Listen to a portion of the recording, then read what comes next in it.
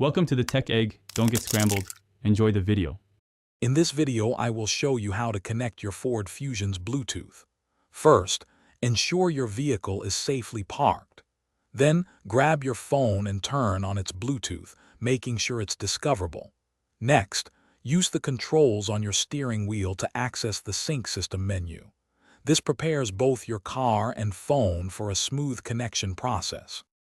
Now that your phone's Bluetooth is on, navigate through the sync menu. Select Phone to access the phone options. From there, you'll want to choose Add a Device or Pair Device to tell Sync you're ready to connect something new. Confirm any prompts on the screen to put Sync into pairing mode. With Sync in pairing mode, look at your phone's Bluetooth device list. You should see Sync or Ford Sync appear. Select it, and a PIN will display on both your phone and the car's screen. Carefully compare these numbers to ensure they match. Once confirmed, accept the PIN on both devices to establish the connection. Great job!